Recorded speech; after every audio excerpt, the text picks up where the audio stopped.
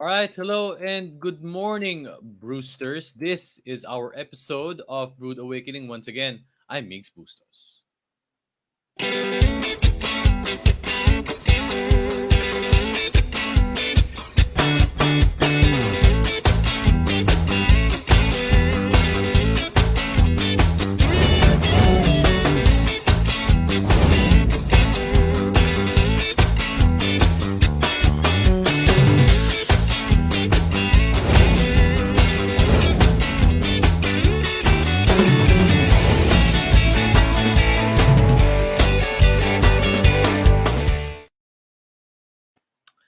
When it comes to education, no one should be left behind, not even during this pandemic. The AHA Learning Center has been providing a free after school program since 2009, which has benefited thousands of students. The organization isn't just helping these kids to learn, they're also developing them to become leaders of their generation. To tell us more about this holistic approach to learning is AJ Lapira, Assistant Director at the AHA Learning Center. Hi, AJ. Good morning and welcome to Brood Awakening. Hi, good morning, Migs, and thank you for having me here. All right. So, again, it's a Monday. It is a Monday of motivation, Monday of positivity, and just reading about AHA Learning Center really, personally na-motivate talaga ako, AJ, because of your advocacy in learning, in helping students, as I mentioned earlier, become leaders of their generation. But the AHA Learning Center was started in 2009. Can you tell us briefly more about this? AHA Learning Center, we're a nonprofit organization that's focused on after-school program for public school students. Again, Migs have already mentioned that we've been operating since 2009, and ever since then, we've been giving remediation and enhancement in English, math, values formation. We do have feeding program when we had our community centers before. But things have changed in the past year. So it's been a different ride since then. Mhm.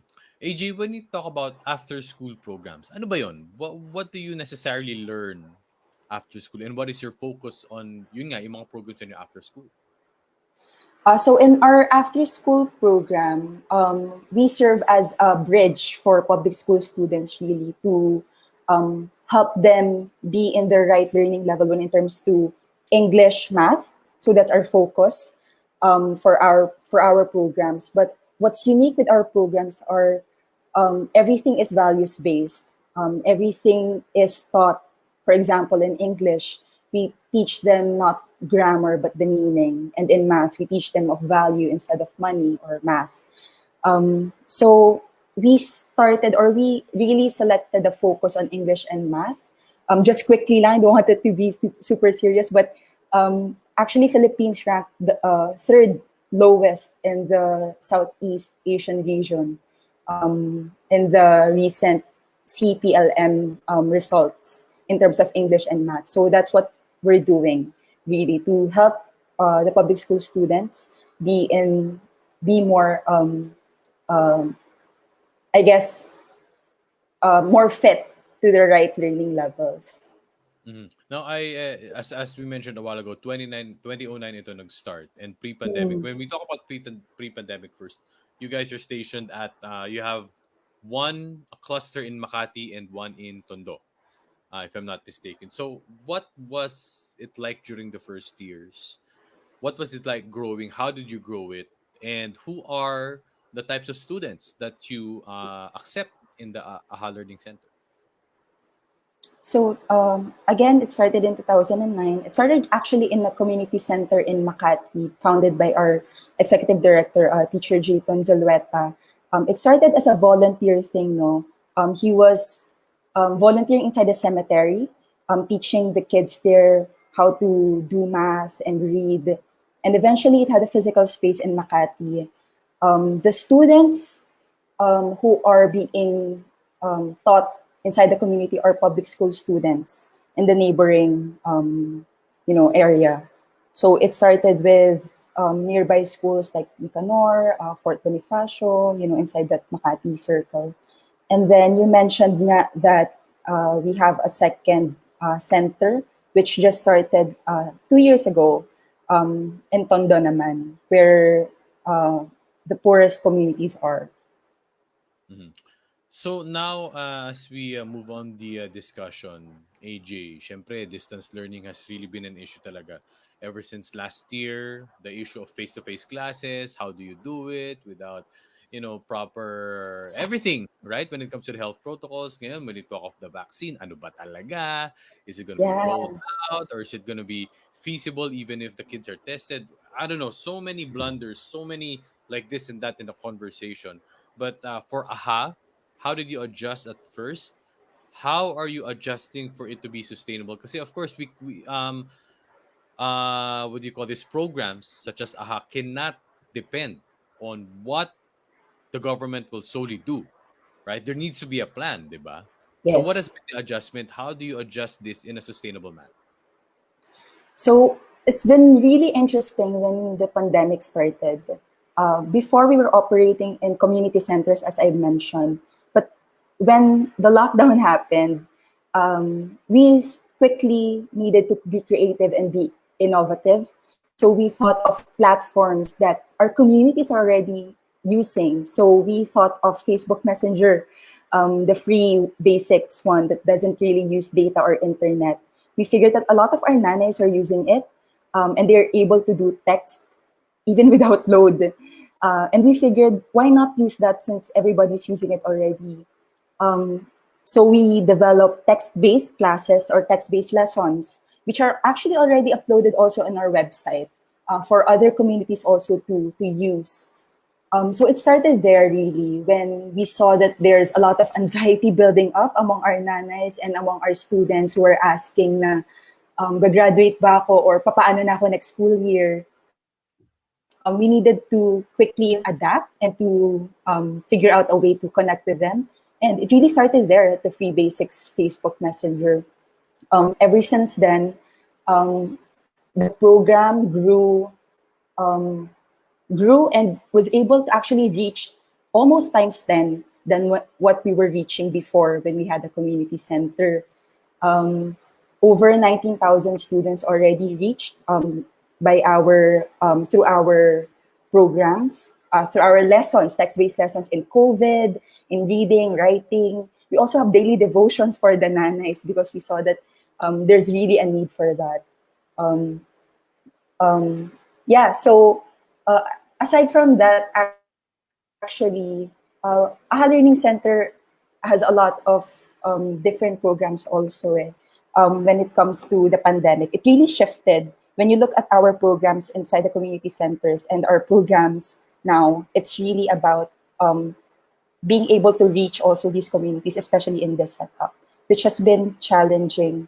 But at the same time, we're hopeful that a lot of the public school communities and even partners are, coming in to support.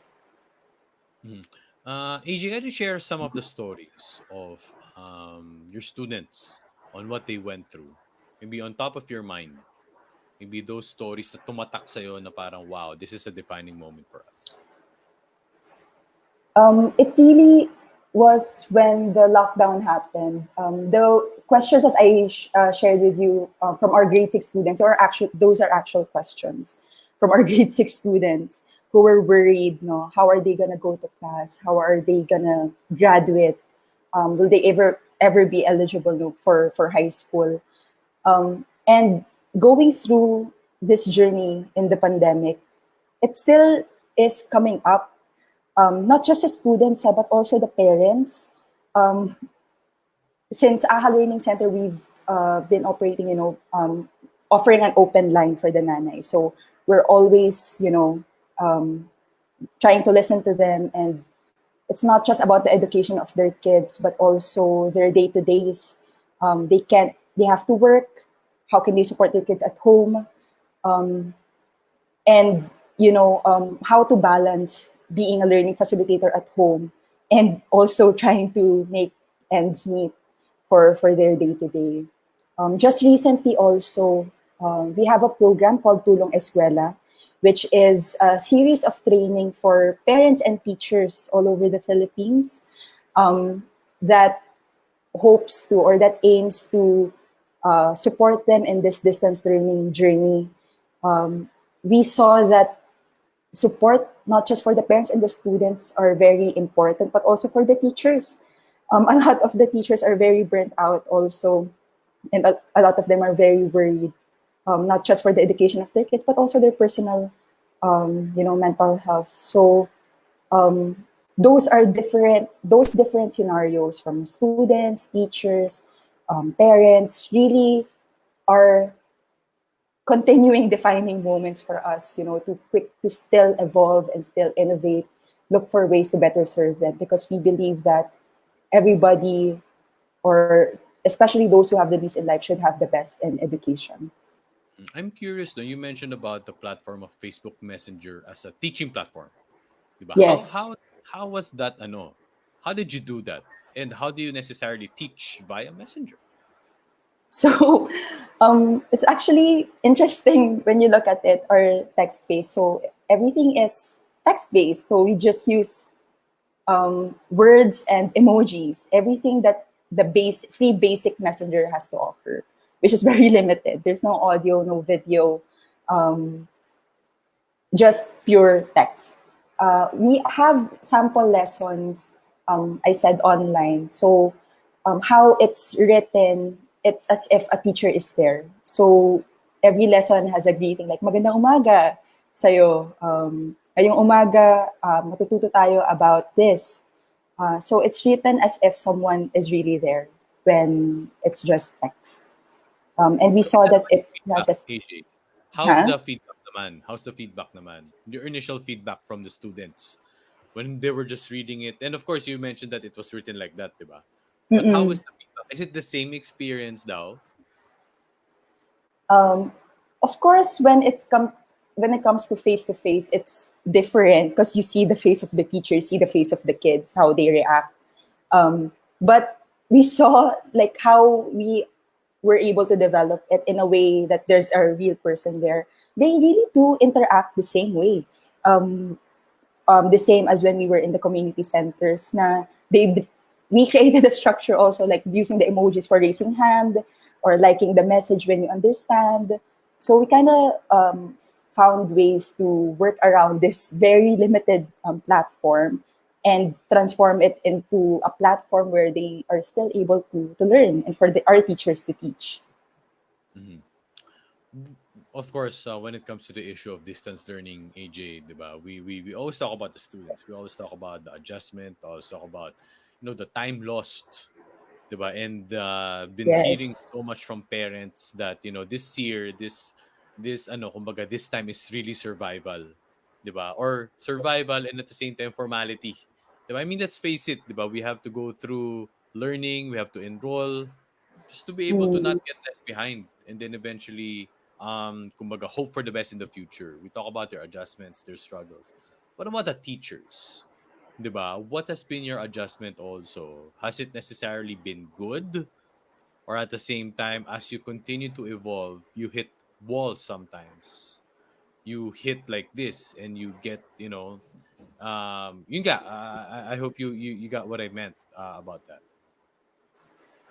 so uh, in our journey working with the teachers, before in the community center setup, it's been, the focus is really more of the students because, everybody's well taken care of. Um, but very obvious naman in this time that there's a lot of challenges when it comes to mental health and the burnout and the workload of the teachers. So as an adjustment, we added more like self-care time for the teachers, for them to adjust, because how can you give back when you yourself ay ubos na, di ba? So parang in this time, parang naging more mindful kami in those kinds of efforts for the teachers to also recharge them. Mm, okay. So now 2021, what is in the pipeline for AHA? So 2021, we're still continuing with our programs, but our hope really is for more communities to have premium after school program in their communities. So we've been working with different partners, working with different communities, researching which communities would need the most help.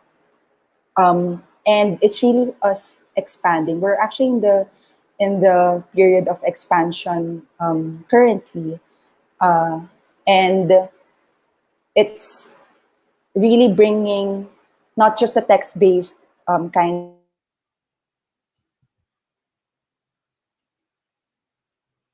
of for the communities, but also parents, help them be effective learning facilitators at home, for teachers also to guide them and provide support for them to really help out their kids in school. So Mhm. that's for us. Yun nga, you mentioned it, di ba, na about the nanays, about the parents also. Kumbaga nadagdagan ng task besides being the housewife, yung Yes, nagluluto, naglalaba, totoo. naglilinis, naging teacher na rin. 'Di ba? Naging Totoo. full-time teacher na rin. So, 'di ba, I can't imagine like ako nga, like I'm sure tayo when we go back to our previous lessons when we were on grade 6, grade 7, we can't even remember those, 'di ba, when it comes to English, math, and science. What more para sa mga magulang na True. talagang babalikan 'yon, ituturo 'yon. Of course, 'di ba, AJ, hindi mo naman makukuha sa isang ano yan eh, like sa isang basa yan eh. You have to be able to explain it. How do you train also the parents? So our unique part of our approach in supporting the parents is we start with the mindset first, because we understand that in this pandemic, everybody started from worries, from anxiety. So it was important for us to start where they are, to understand where they are first. So as a part of the support for the parents, we teach them mindset, how to shift that in this time, it's not just the work at home, but again, as you said, there's an additional task at home. But aside from that, it's really anchoring the value of engaging in the studies of the kids. We have a module in our Tulong Eskwela program, specifically for the parents, called Parents as Learning Facilitators. And we tackle their first a reflection on distance learning. What are their worries? So we first provide a safe space for them to share what they're thinking about, ano ba yung usual na bumabagabag sa kanila sa panahon ngayon. And we have different guides also when it comes to different tips for parents to work around the setup, because we're very mindful na iba-iba naman ang setup in the household, especially in these kinds of communities na mas heavy talaga, na kailangan talagang mag-work. So for us, we didn't really focus on subject expertise. We don't want to give them that burden, to say na kailangan mo maging expert dito. But it's more really starting in a space where they are able to at least start with engaging and like opening opportunities for their students or for their kids at home. Mm. Curious ako, AJ, do you also work with schools? You're a Yes. nonprofit, you have partner Hmm. organizations, but you also work with schools. Yeah, go ahead. Yes. So we how AHA works is we really partner with schools, not just the barangays, not just the communities around. Um, in terms of working with the school, we have different. Um, it's really bringing our programs also to them, because at the end of the day, the public school students are our main beneficiaries, our main focus. Um, I'm not really sure what else to share more about the schooling, but it's very important for us to work with them, because the teachers, first and foremost, know what they are or how they are performing in school. So the public schools are really a close partner of AHA Learning Center. Mhm. All right. So, I mentioned earlier as we conclude this interview, sana po yung mga viewers natin right here in Project Ripple and Brood Awakening are, motivated, and at the same time had this positive mindset of course paying it forward, as AHA Learning Center is, as AJ mentioned earlier, it started as a volunteering program, going on what, 12 years now, right? 12 years now, and Yes, yes. still moving forward even with these trying in challenging times. As I mentioned earlier, what is the future as a maybe as a parting shot? AJ, what is the future for AHA? How do you see this maybe a year, 3 years from now? In 3 years, we see AHA to be, we hope for AHA to reach more communities, not just the communities that we're currently touching, and not just limited with the students, but also working closely with teachers and parents, especially in this time, in this setup where there's an active role talaga for parents and teachers to be in. So we hope more AHA partners or more AHA clubs, all around the Philippines will be established. Because again, we believe that we continue with our mission of providing the best education, especially for those who have the least in life. Hmm. What is your message, AJ, for the parents and the students as we still, crawl through this pandemic?